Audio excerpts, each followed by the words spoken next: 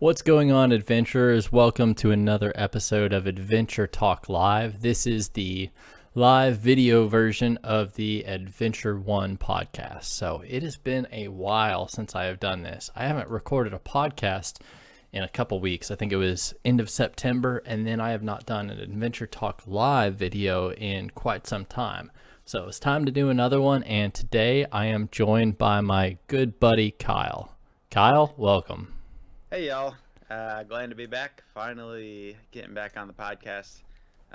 Really looking forward to this one. Yeah, dude, we have not done this in a long time. It was before deer season. It was midsummer, or maybe even before that, early summer. I don't know. It was a long time ago when we did this. So since then, we've had a whole lot of season prep. And when I say season, I'm specifically talking about whitetail archery season. I guess a little bit of dove season too. So we got in that one dove hunt. It was pretty good. Let's talk about that one real quick. Pretty good? Yeah. I mean, besides the fact that it was hot, it was amazing. It's September in Texas. It's always hot. Yes. But I mean, a cold spell of like 85 degrees. Yeah. It would have been the perfect weekend. But I can't complain about that because there were birds everywhere. It was the best. Yeah. It was the best opener I've had in a while. Last year, my dove season was rough, except that one hunt we got to go out on. That's the only time I did decently. But this one, man, we all shot limits. Yeah, it was just, it was one of those times where no matter where you were, like it was the first morning, there was just birds all over. I'd go back to camp, so I brought my 5-year-old out with me. It was his first hunt, which was awesome, just getting him out there, and he had a blast. But we'd walk back to camp, and it was getting hot different times of the day, and I'd turn the air conditioning on in the truck and let him cool off for a little while. Yeah. And I'd be standing around camp, and I'd shoot 3 or 4 birds. We're all walking around. We're like, yeah, we think there's gonna be a really good spot over here. You're like, I'm sitting by the tent, and I got 4. Yeah. Exactly. And they kept coming. I was like, well, dude, it was great. It was great. And it was at the point where, and it's the first time it's happened to me a while, that I'm like, I got my limit. yeah, I'm done. I guess I'll go pack up and start walking back. Yeah, where you weren't like trying to be like, just 5 more minutes, 10 more minutes, another hour, really pushing it. Yep. Exactly. It's like, do we have to leave yet? We're like, well, we have our limit. It's getting kind of hot. It's time to pack up and get out of here. And nobody was disappointed. We're like, we had our fill. Yeah. We sat there, made some lunch. It was good. I feel like that dove hunt was basically the equivalent of like the chick who shows up at the pool hall and then just like hits a perfect shot and then is like, no, I'm done. I don't need to play anymore. It was just the one hunt and it goes really well. And you're like, okay, quit it while we're good. Yep. And I'm done with dove because it's not going to get better. I'll tell you that. Yeah. Some places will, like when the cold fronts start coming, but that's when it starts competing with everything else. And so that brings us into archery season, which has been, so we got out there and scouted a couple times. And this is really the first time that you've gotten out and hunted during early season archery. So kind of tell us about that. Yeah, so we scouted a few times on public, and from there I had my first ever public archery hunt. Was it 2 weeks ago? I missed the opener. I was out of the country, and when I got back that next weekend, I went out Saturday morning, got up early, got out of the house a little bit late. Trying to get out by 4:50, ended up about 5:10, so 20 minutes late, but it makes a big difference when you're talking about when the sun's coming up. So drove up. When it talks about you have to make up that time while like hiking through the woods. Yes, exactly. 10 minutes is a big deal. Exactly. And you want to get there by a certain time. If you don't get there, you just don't hit the prime time. There's so many times when you're sitting there and soon as the crack of dawn hits, you start seeing movement, And if you're the movement when the crack of dawn hits, then you just miss that movement. Yeah, you just blew it. Yes. Well, public land has been tough this year, and I know there are a lot of reports about hunting numbers are down and there are less people getting into hunting and blah, blah, blah. We need to encourage people to get into hunting, but not on the stretch of public where we're hunting. I think you showed up to this one property that we intentionally went like to the backside of the farthest unit, and then there's what, like 3-4 trucks there? There's at least 4. There's probably 5 in the middle of the morning. There's 4 when I went back. When I came back out, 1 was gone, but there's another one down the way that was parked there too. So, and it was all on the same property. So I know there's 5 people on that property, but it's a really big property. And the key was, like, I saw deer that morning, but I hiked a long way. Yeah, you were a mile past the next person probably. Yeah. I mean, So I was out there. I just kept going and going and going and stopped to look at my maps, and I looked up, and there's 2 doe staring back at me at about 30 yards away. But the bad part of that is I was also standing in shoulder high grass, which is impossible to shoot through with the bow. So yep. Those 2 does were probably standing there looking at their Onyx maps like, we pinned that guy somewhere else. What's he doing out here? Well, they were trying to pin me, because as they trotted away and weren't like super spooked, I was like planning on like, how do I loop around and see them? Well, they thought the exact same thing, and they looped around to come sniff me out, and they got even closer, so they were about 20 yards, but still in shoulder high grass. Dude, when you see them do that, you just have to, like, people put all this like hype and thought into deer hunting, but ultimately, like, they're big rabbits. Yeah. Like when they do that and they're curious and they stand still for a long time, then they try to just run a circle around you. They're just big freaking rabbits. Yep. Well, so you getting onto their nose. Yeah, that's true. You getting onto public land and going way far back is good and bad. It puts you far beyond the next guy, but it also means, you're probably passing every single one of those guys who were probably just about getting set up at that time. So we were joking earlier that you walk up to the tree stand, shake their hand, and say, "Hi, welcome to public land." There's a meme going on. You won't be seeing any deer this morning because I'm blowing your spot, and you won't be seeing any deer this morning because I'm blowing your spot too. Sorry about that. Yeah, there's a meme going around that's like, when you're at the movie theater or the mall, and it's like the whole row of urinals, and it's like 5 a.m. on public land, and it's like you're the only one there, and then like 10 minutes before first light, somebody comes to the one right next to you. Yeah. That's pretty, sums it up pretty well. I think no matter where you hunt in the country, I think it's a lot like that. Well, but I would say, I mean, in my opinion, actually, is that most people don't want to be near other people. Yeah. Unless there's like this one spot that's like honey hole, like this is the only water that's got cover type of thing, or there's good food here, something like that, where it's like everybody knows that's where the deer are moving no matter what, and then one guy gets that idea, the next guy gets that idea, like that totally makes sense. But for the most part, that property's huge, there's tons of spots, and so nobody wants to be intentionally wants to be sitting next to anybody else, I don't think. Yeah, it's just that you end up all using the same tactics, whether you're trying to be by somebody or trying to avoid everybody.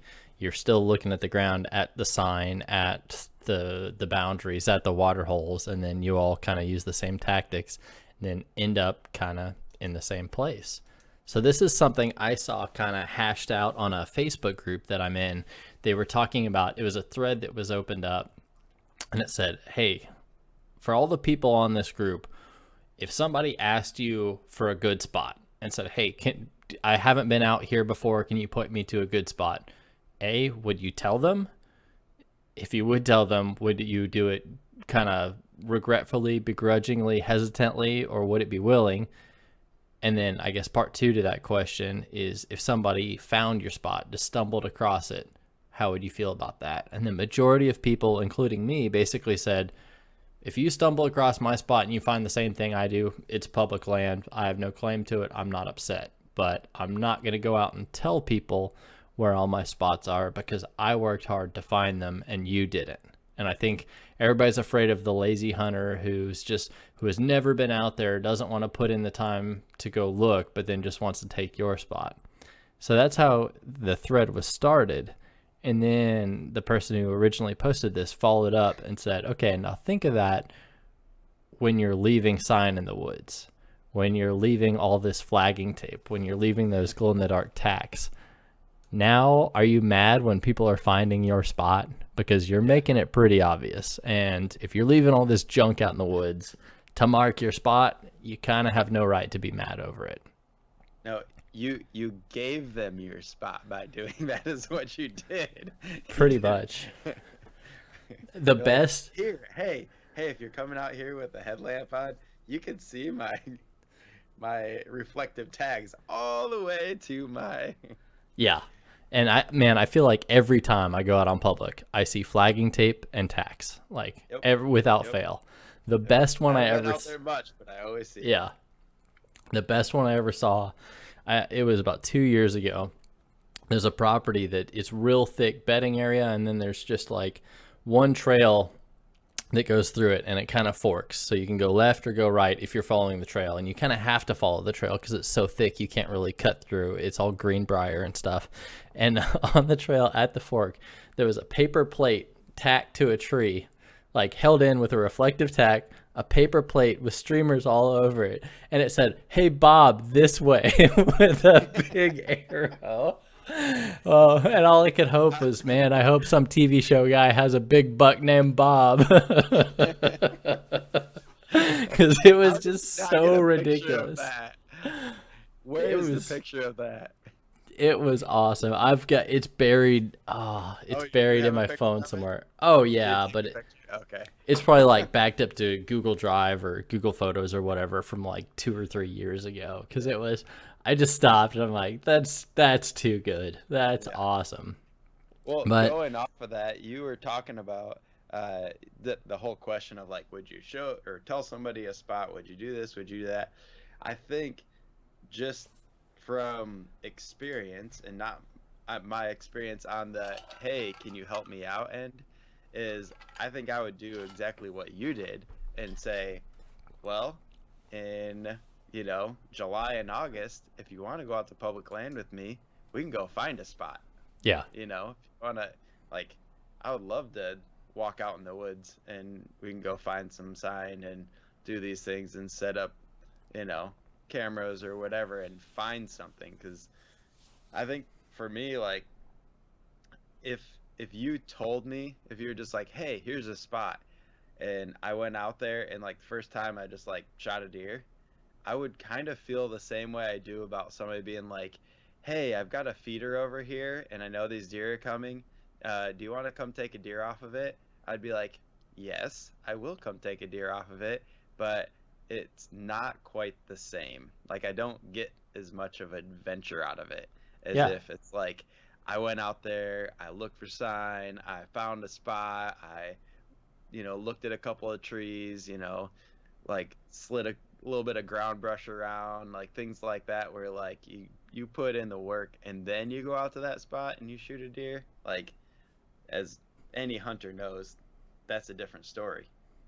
Yeah, definitely. Well, and I think so. If you, of course, that's meaningful because if you look at, we are hunting on public land in archery season. Like, we're already being a little bit crazy, as some would view it, or we're intentionally not doing it the easy way because we find some reward in not doing it the easy way and going out, not because we stumbled into some adversity that we have to overcome. No, we're intentionally bringing that on ourselves. So I think going out, finding the spot, it just makes it mean more. I'm also going out during archery season on public land because I'm scared to go out during gun season on public land because I don't want to get shot. That's true. with this spot, yeah. I mean, it's an Orange Army situation for sure. Yeah. But I was thinking a little bit about all the flagging tape and tacks, and I don't use them. I have used them in the past, like once or twice. The only time I've really done stuff like that is like if I've got a deer down and I'm trying to mark, okay, this is where I made the mistake one time trying to do that with a camo hat. And so I'm like, okay, there's blood. I'm going to mark it with my hat. And then it was at night. And I just turned around. And I'm like, ah, shit, now I lost my hat. So, your camo headlamp out in the cornfield. You turned off and sat down on the ground. Yep, that one's not coming back. Yep, so if somebody finds little bits of like multicam fabric shredded up in their seed corn, well, you're welcome. Welcome. It came from Southwest Michigan. Yep. Yep. So I think using it to mark sign like that is pretty good. I used to carry glow sticks in my pack just in case a rave broke out or I needed to mark some blood. Just pop it, hang it up in a tree right there. You can find it. So that worked pretty good. Or one time, what was it? I had illuminated nocks on my arrows, and this one I was like, ooh, I felt especially smart. I pulled an arrow out of my quiver, stuck it in the ground, popped that knock, so I had this glowing light 3 feet off the ground. I was like, ooh, thinking right there. But now, with the tools we've got, you don't need to leave crap out in the woods. On X and Google Maps, you can just drop a pin right there, circle back to it. And I don't know, this is where the weird occasional hippie side of me kind of pops out, where I'm like, yeah, if I can do it without leaving junk in the woods, that is for sure a better way to do it. And it's just like, there's another no question about it. That I've heard, but it's harder to see, but I've seen the I bring toilet paper out with me, and it's as you should. Yes, if you use toilet paper to like mark things, you are leaving a trace. But think, like the next time it rains, it's gonna disintegrate and pretty much be gone. It's better that than like some piece of plastic that you've got out there or something like that, you know? Yeah. So I've pulled the toilet paper out. Actually, it was for hiking reasons because I needed to backtrack a spot.